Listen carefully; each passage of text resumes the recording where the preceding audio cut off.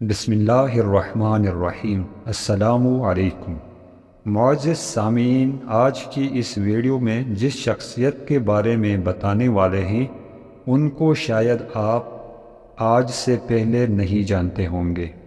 ان کا نام ہے یوسف اسٹس۔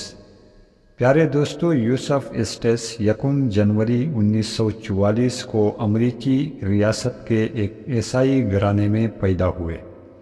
ان کا نام جوسف اسٹس رکھا گیا، جنہوں نے 2011 میں عیسائی مذہب کو خیرباد کہہ کر اسلام قبول کر لیا۔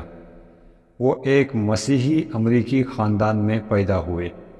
ان کا پورا گھرانہ اور خاندان نئے چرچ اور مسیحی سکول بنانے کے لیے مشہور تھا۔ ان کو ہر چرچ اور عیسائی مذہب کے بارے میں ہر قسم کی معلومات اور مہارت حاصل تھی۔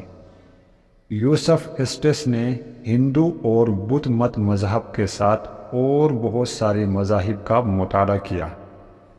ابتدا میں دین اسلام سے اتنا بغض تھا کہ کبھی اسلام کے بارے میں جاننے کی کوشش تک نہ کی۔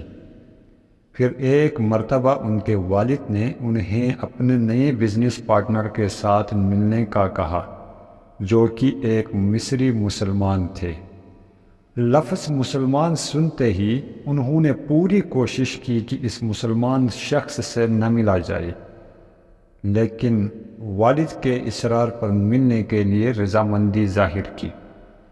معزز سامعین، جس دن ملاقات طے تھی، یوسف اسٹس نے عیسائی پادری لباس زیب تن کیا اور پورے شان و شوکت کے ساتھ اس مصری مسلم شخص سے ملے تو یہ دیکھ کر حیران رہ گئے کہ اس مسلمان کی نہ لمبی داڑھی تھی اور نہ اس نے عربی لباس پہنا ہوا تھا۔ ملاقات کے بعد یوسف نے اس مصری مسلمان کو مسیحیت کی دعوت دینا شروع کی۔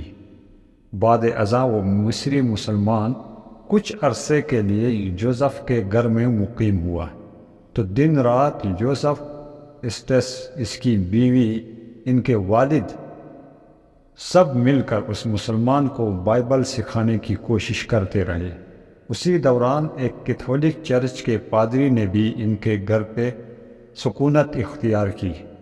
پھر یہ چاروں مل کر اس مسلمان کو بائبل اور عیسائیت کی دعوت دینے لگے، جسے وہ بہت غور سے سنتا تھا، اور جب وہ اسلام کے بارے میں پوچھتے تھے تو وہ ان کو جواب بھی دیتا تھا۔ پھر ایک دن اس پادری نے مصری مسلمان سے فرمائش کی، کیا آپ مجھے اپنی مسجد دکھا سکتے ہو؟ مسلمان ان کو ساتھ لے کر مسجد گئے۔ واپسی پر جب سب نے پوچھا کہ کیسا رہا، تو پادری نے کہا کہ مسلمان نہ گانا گاتے ہیں اور نہ ہر نماز سے پہلے تقریر کرتے ہیں، بس اپنی عبادت کرتے ہیں اور واپس آ جاتے ہیں۔ کچھ دن بعد اس پادری نے پھر سے ساتھ جانے کی فرمائش ظاہر کی۔ اس بار پورا دن گزر گیا اور وہ مسلمان اور پادری واپس نہیں آئے۔ رات گئے، جب واپسی ہوئی تو وہ پادری اب اسلام قبول کر کے مسلمان ہو چکے تھے۔ یوسف اسٹس، جس وقت اس کا نام جوزف تھا، بہت پریشان ہوئے اور اپنی بیوی کو وہ ساری رودات سنائی۔ جواب میں جو اس کی بیوی نے فقرہ کہا وہ بہت ہی حیران کن تھا۔ اس کی بیوی نے کہا کہ میں نے پادری سے پہلے ہی اسلام قبول کرنے کا فیصلہ کر لیا ہے۔ یہ سن کر یوسف کو جھٹکا سا لگا اور وہ اٹھ کر وہاں سے مصری مسلمان کے کمرے میں چلے گئے، اس کو سوتے میں سے اٹھایا اور پھر مسلمان کے ساتھ یوسف کی ساری رات مذہب کے عنوان کو لے کر گفتگو جاری رہی۔ وہ رات اس کی مسیحیت کی مذہب کی آخری رات ثابت ہوئی اور طلوع آفتاب تک اس نے اسلام قبول کر لیا۔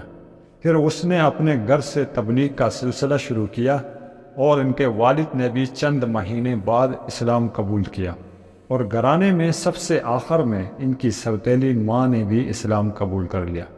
محترم ناظرین، یوسف اسٹس اس وقت سے آج تک دین اسلام کی تبلیغ میں مشغول ہیں۔ ان کے ہاتھوں کئی ہزار افراد نے عیسائیت اور دوسرے مذاہب کو چھوڑ کر اسلام قبول کر لیا ہے۔ اللہ رب العالمین نے نہ صرف ان کے دل کو اسلام کے نور سے منور کیا بلکہ ان کو دوسروں کے لیے ہدایت کا ایک بہترین ذریعہ بھی بنایا۔ آخر میں معزز سامعین، اللہ رب العزت سے یہی دعا ہے کہ اللہ ہمارے دلوں کو بھی ہدایت کے نور سے منور فرمائے اور ہم سب کو دوسروں کو دین کی تعلیم دینے کی توفیق عطا فرمائے۔